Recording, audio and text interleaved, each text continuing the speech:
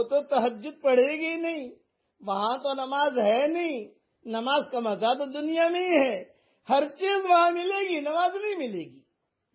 یہ کہ چلو نماز کبھی چھٹی سب چیز کی، اس لیے وہ اپنی فرش حور کو جگائے اور وہ بھی نماز پڑھے، اور اگر نیند کے غلبے کی وجہ سے وہ فرشی حور نہ اٹھی تو اس کے منہ پر پانی کا ہلکا سا چھینٹا دے کر جگا دے۔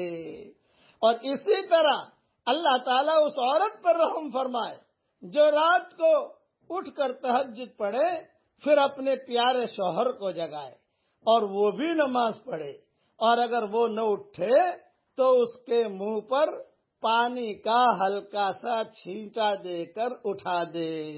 ہاں، اللہ تعالیٰ رحم فرماتے ہیں، اس کو رحمت کے سمندروں میں غوطے لگواتے ہیں۔ یہ روایت نسائی شریف میں ہے۔